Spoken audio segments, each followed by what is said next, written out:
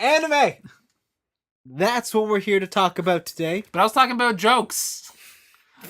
I gotta get this show on the road. I was talking about great jokes in the interim between our two shows.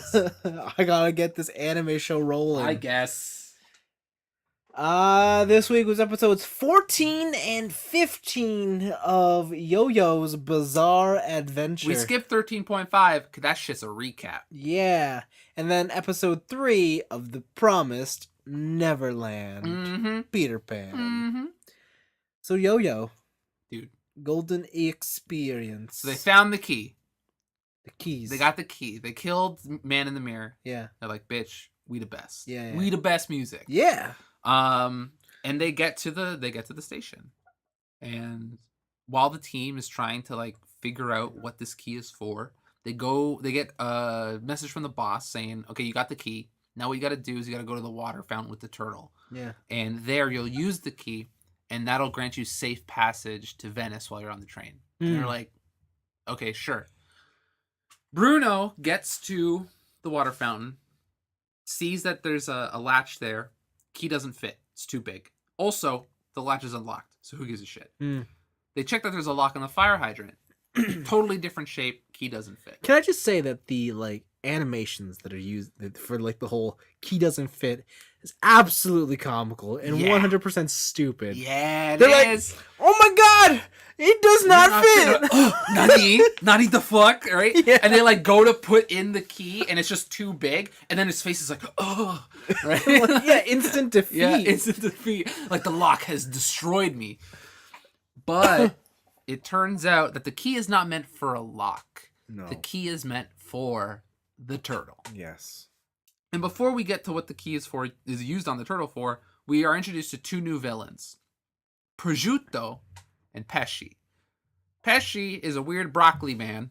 Yeah. Who has no neck. Absolutely. And also broccoli hair. Yeah. And Prosciutto is a very well-dressed dude who just seems a little crazy. Yeah. So Prosciutto sees Bruno at the water fountain. He walks up to try and kill him. Yeah. And he sees him pick something up and run into the train. And when he gets into the train, they're gone. Yeah. And so it turns out that the key is meant to go into the turtle shell. Yeah. Which then activates the turtle stand power, which is to have basically a pocket dimension room inside the key. Yeah. Right? There's a room inside with furniture, drinks, everything. Yeah. And they're chilling in this turtle. Yeah. Just whatever. Pesci does not know where they went. Just didn't see them. And Prosciutto's like, what the fuck? They gotta be on the train. They ran into the train. They're not here. What's going on? Mm-hmm. And this is when their stand powers come out. Pesci notices that Prosciutto notices that there is a door beside them that leads into the driver's cabin. Yeah. And Prosciutto uses his power, which is called Beach Boy. Beach Boy. In Japanese. I forget what the translation was. Is it just fishing rod? I forget. Yeah. It's something real dumb. It's like fisherman's hook. Yeah, fisherman's hook or something. Oh yeah, fishing rod. Is it fishing rod? No. But yeah, it's Beach Boy. And he has basically a spiritual homing fishing rod. Some dumb shit. But it can detect different places, different people in a room. And so he detects that there are two bodies in the room. And when he hooks someone, he hooks the driver of the train by the mouth. And he's like, that's one of them, but it's the driver, it's not them. And he's like, no, I thought I sensed two people in here, but there's only the one person in the room. And so they can't figure out what's going on. And so this is when we get Prosciutto's stand, the Grateful Dead. And his stand power is just AoE death. Basically, he can age people within a radius by a rapid amount. And we learn this because not Sriracha, as I like to call him, ages immediately. Yeah. He's trying to eat a banana. The banana just rots. He turns into an old man. And then this is where it gets weird because Trish, Bruno, and Mista are all aging at a much slower rate than everyone else in the train. Everyone else is basically an old man at this point. Yeah. And because it's JoJo, and they have the knowledge of the Encyclopedia Britannica Yeah. within their brains. Giorno's like, you know what I think it is? I think it's that he's not just aging people indiscriminately, Yeah. right? Or else Trish would be dead. Yeah. What he's doing is that I heard once in a magazine I read, Yeah. that women produce less body heat than men, Yeah. and that's why they also live longer. Yeah. So I think that he's discriminating based on the heat that someone gives, and the reason that Bruno and Mista haven't aged as fast is because they had an ice cool drink earlier, so their body temperature is lower, and it's not being detected by the stand attack. Yeah. And they're like, yo, that's some bullshit. And so they get a piece of ice from the fridge, they put it on Natsurash's face, and he instantly becomes young again. They're like, yo, that's not some bullshit. That's actually what's happening. So they get Mista to go out of the room and basically try and kill the two guys. Yeah. Mista sees an AC control, and he's all like, yo, bitch, AC, I got it. Easy mode. Turns out, fucking Pesci was hiding his stand inside the air conditioning button because, again, his stand can go through walls and anything, right? And when he presses the button, he detects it from the other side of the train, and the fishing rod hook goes into his hand underneath his skin. Yeah, it's kind of gross. Which looks fucking gross. And basically, you see the power. You see the fishing hook go up his arm, like all the way up, and it's trying to go into his brain pretty much. And while this is all happening, Mista finds that, okay, well, I can't scout because I'm fucking trapped in this hallway now. Yeah. Also, he tries to shoot the fishing rod line, but it turns out indestructible. Yep. Also, any damage done to the line reflected back to the person that the hook is in. Yep. So you can't do that shit. But he shoots down the hallway to try and find where Pesci is. He also learns that they were right. It is the fact that it is body heat that is keeping them young. And he blows away Pesci's ice, basically, drink. Pesci freaks out, lets the stand go, and Mista is able to try and basically get information out of him. Yeah. To which, to their chagrin, doesn't work. Because even though Mista has him dead to rights, an old man comes along and is just like, help me, I ordered a steak and I want to eat my steak and blah, blah, blah. But it turns out it's prosciutto. Yeah. He aged himself to camouflage as a passenger. And then because he can touch Mista, ages him like crazy rapidly. Then prosciutto becomes young, grabs his jacket, 3 to the dome. Yeah. Boom, boom, boom. Straight up. Yeah. Just shoots him point blank in the face. Yeah. And this is where they're like, okay, they're on the train. We got to figure out what's going on. Eventually, Prosciutto and Mista figure that there's a turtle on board. And the reason that the animal hasn't died is because it's a turtle. They live forever. Yeah. Then they're like, we see Trish in there. Everyone else is old as fuck. And then they notice that Bruno's gone. Yeah. And Bruno's just chilling in his pocket dimension in the ceiling. Yep. And this is the point in the episode where shit gets wild. Yep. Because we flash back to fucking Mista, and all 3 bullets come out of his head. Absolutely. Absolutely. And it turns out, because he had a piece of ice put in his hat to keep himself cool, he still had some of his power left where his Sex Pistols could stop the bullets from fully entering his skull. Wow. Yeah. And that's number 1. That's ridiculous point number 1. Oh man, I don't. That's ridiculous point number 1. And from that, he's like, I don't have to worry anymore because Bruno's got it. Yeah. Bruno then starts to fight both of them. Yeah. He's using Zipper Man from his pocket dimension to fight the Grateful Dead. Then, Pesci tries to go kill the turtle with his hook. Yeah. Bruno comes out, drop kicks this motherfucker in the face. Yep. Crashes his head into the window, knocked unconscious. Yeah. And he's all like, well, you got too close, baby. Like, it's over. Like, yeah. Pins Bruno to the ground, goes for the killing punch. Yeah. Right? Bruno unzips his motherfucking face. Yep. Splits his head in half. Oh my God. And the punch goes through it. And he's like, I'm too smart for you, motherfucker. That's bullshit number 2. Absolutely. Bullshit number 2. But as we all know, great things come in threes. Mm-hmm. The best things come in threes. Yeah. Right? Because after this, he's all like, that was pretty smart. But because we were both going at full speed, I bet you're really sweaty right now. It's because you're burning calories, bitch. Massive calories. Massive calories. And you know that my stand power is based on heat, so you're going to age like a motherfucker. Yeah. So he gets weak. Bruno tries to go in for the punch. Grateful Dead grabs him. Yeah. And he's all like, I got you now, bitch. And then Bruno's like, no, no, no, no, no. I got you now. Because I knew I got tired on purpose for you to grab me. All right? He punches him a couple more times. He gets zippers and shit everywhere. And he's all like, but check this shit out. Because I knew that you were going to grab me in this moment to take advantage of your full stand power.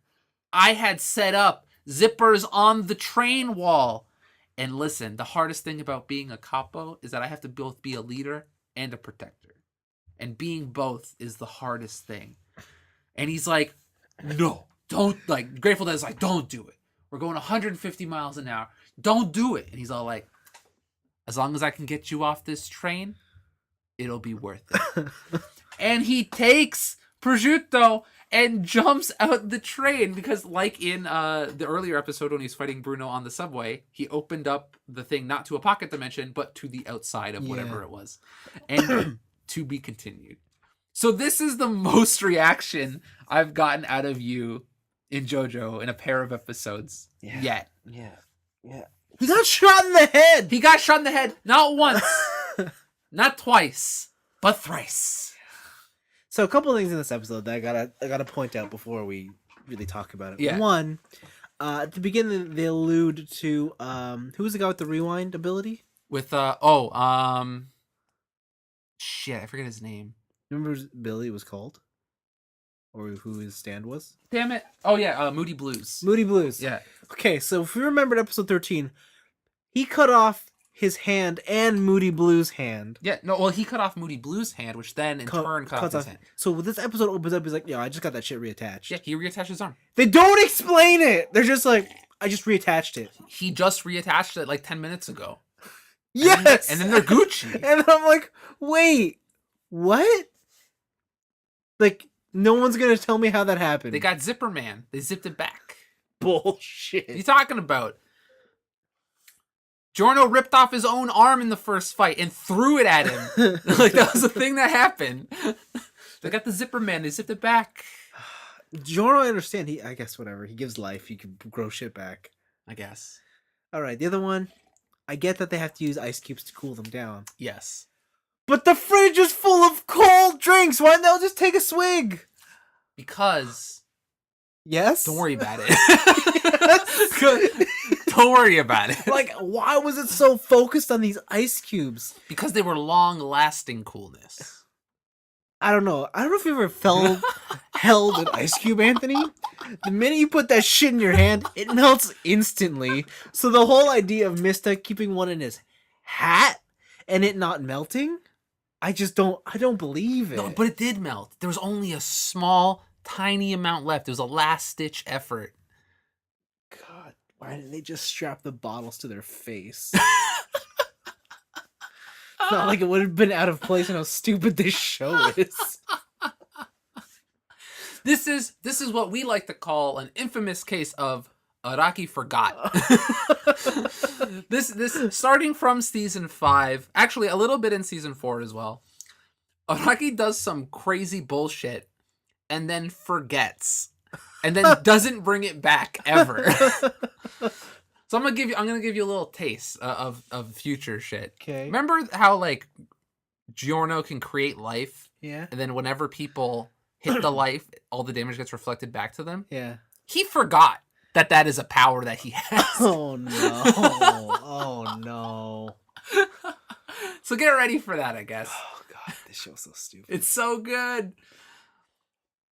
What was like? I saw your face when the bullets came out of his head. Yeah. Like it was just straight. What the fuck? What the fuck? The three taps to the dome. Yeah. What the fuck? Yeah.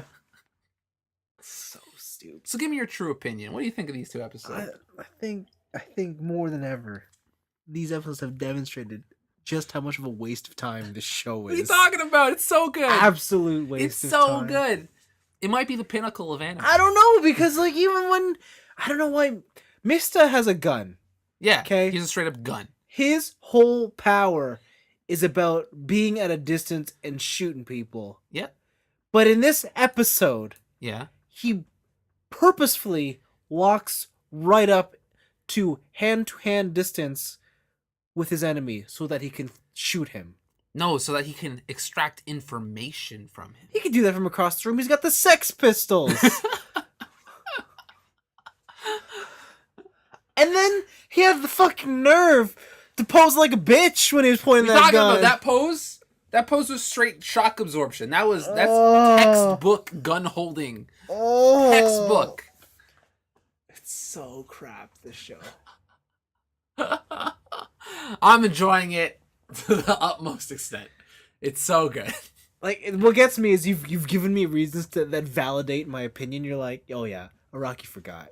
No, that's the thing. Yeah. Oh yeah, some shit's just not Yeah, explained. just don't worry about it. Just don't worry about it. No, seriously, don't worry about it.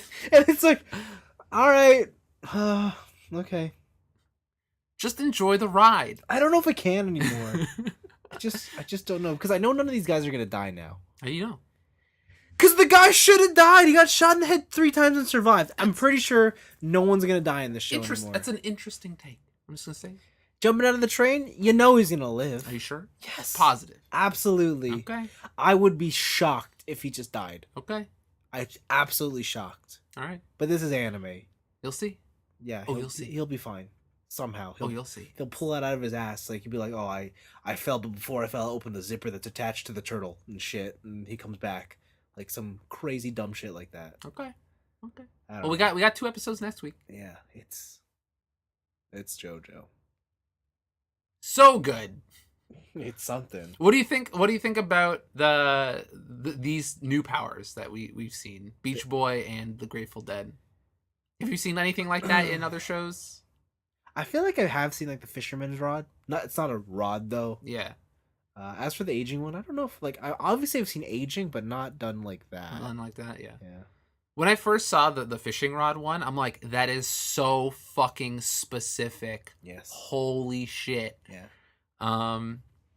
But the aging one I thought was kind of cool, but I was just like, yo, that's cheap as fuck. Let's just AoE death. Yeah. All these AoE stands are just like, what the fuck? Yeah, Yeah. they are. And then the whole thing with the stands again is like the farther away they can go or the more range they have, the weaker they are physically. Right? So that's why Yeah. Bruno could outpunch the Grateful Dead. Yeah. But yeah, it's baby, we're only at the tip of the iceberg. Yeah. If I like again, I want to preface again. This is the dumbest JoJo part. Oh, okay. Hence why it is my favorite. Oh, It is straight up the dumbest. okay. Well, as long as you're telling me that, okay, cool. yeah. Like because at first I was like, am I crazy? Is this show just? Am I not seeing something here? This arc is so insane. Okay. It's like this is him experimenting to the extent of his Well, imagination. That makes me a little bit more happy. Yeah. At least I am seeing this. Yeah, there are definitely like story-wise and plot-wise, there are definitely better parts. Yeah. But part 5 is my favorite because of how fucking crazy buck wild it is. All right. Fair enough. It's definitely not the JoJo part you're supposed to introduce somebody to. Yeah, okay. Well, I'm glad we've chosen this one. All right then. Yeah. But then now we got the new, was it Something Wonderland? I keep forgetting the title of the show. The Promised Neverland. The Promised Neverland. Peter Pan, Yeah. Promised Neverland. There you go. So this episode we left off, and the mom has called in an assistant. Reinforcements. And so we have our assistant. Mhm. And I forget her name. I'm gonna call her Gail. We're the best. We're the Yeah. best at this thing. She's just assistant. We're so good at recapping episodes. Yeah. But anyways, this whole episode is about what this assistant can do. And we learn some interesting facts. So first of all, the mom opens up and she just straight up tells the new assistant, she's like, I called for your help, Mhm. but here's the deal. two of the oldest kids have found out the secret of what this is. They know. But we're not going to go report. Because we're just going to play it off as it is, and when the time comes, we'll harvest them. Because we need these kids. We need them at their best for him. Him. Like capital H him. Like proper noun him. Yeah. And then it cuts away to like this council of alien dudes. Pretty much. Alien demons are like, oh, every other farm is doing poorly, but Mom, she has promised us the best produce. Yeah, she has the best harvest. Yeah. So we learned that, but the assistant... Crone, that's her name. Sister Crone. Sister Crone. Yeah. And she's like, and Sister Crone's like, okay, I'll help you out. But then turns around, Sister Crone goes back to her room, and she's talking to a doll. Yeah, she's fucking crazy. Yeah, and she's like, I'm not gonna help her.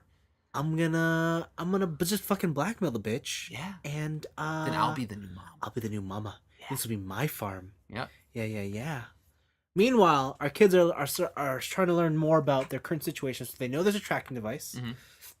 They're like, okay, we gotta find this tracking device. How? Where is it? Because I can't find it on our body. I looked everywhere naked. Yeah. They're like, well, isn't that new baby in? When they put it in as a kid, let's check out the baby. Yeah. Check out the baby, do a little searching, and turns out it's like a little mark in your ear. Yeah. That scar is very small, and when they grow up, it disappears. But the tracking device is there.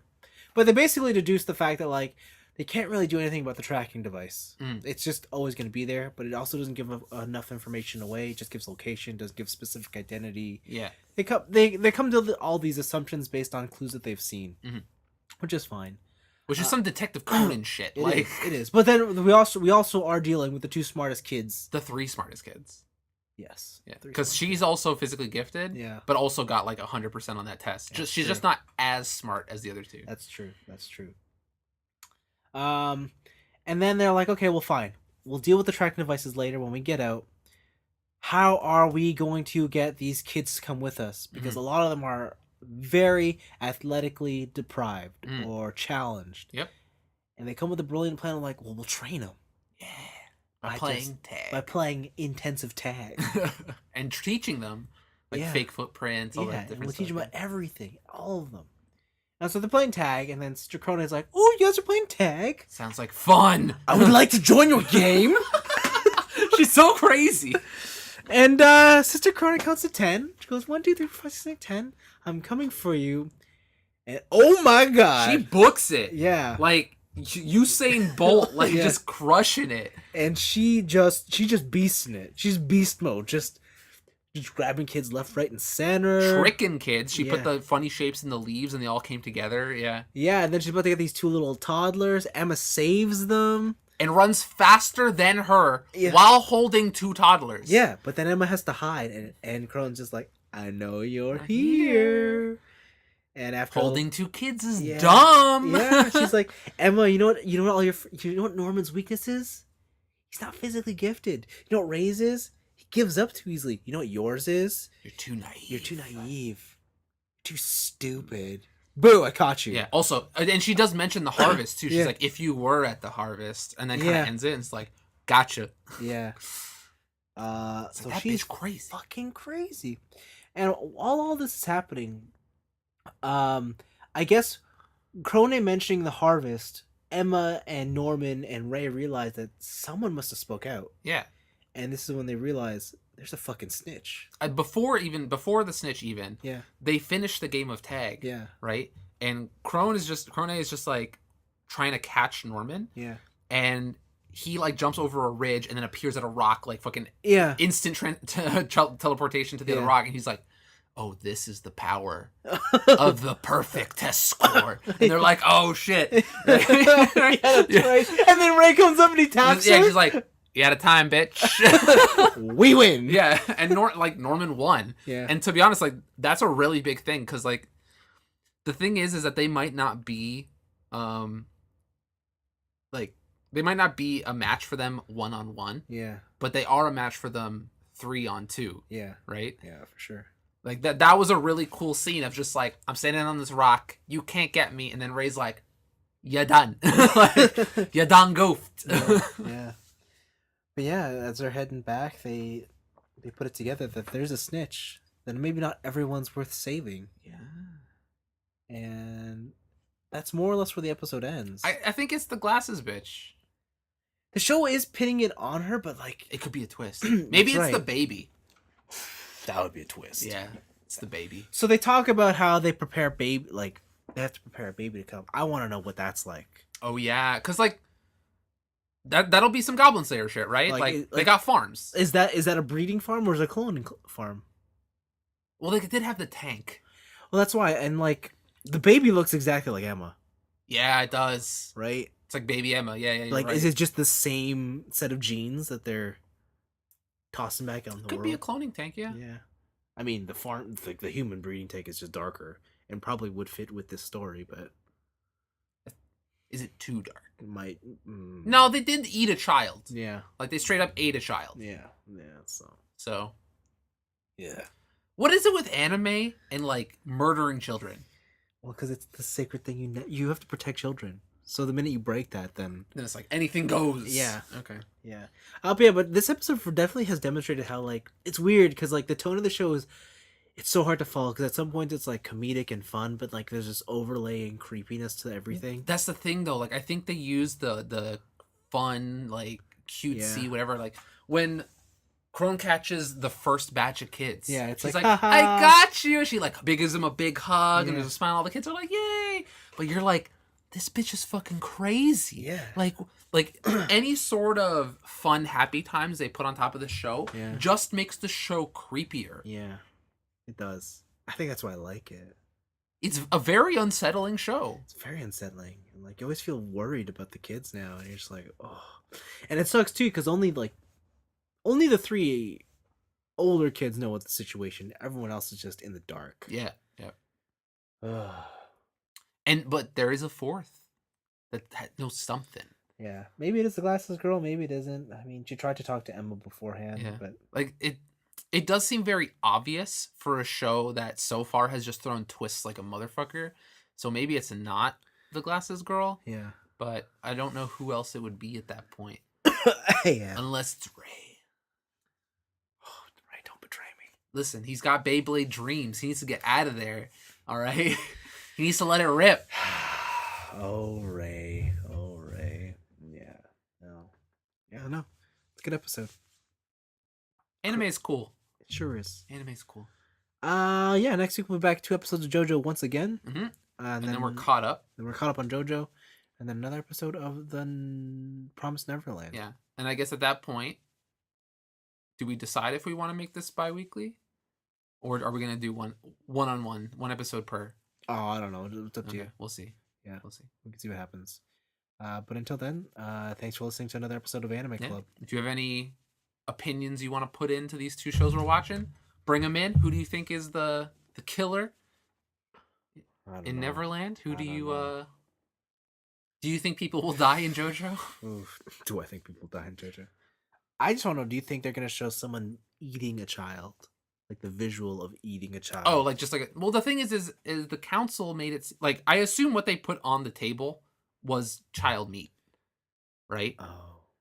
So if you're asking me, is someone just going to take a bite out of a child? Yes. Maybe.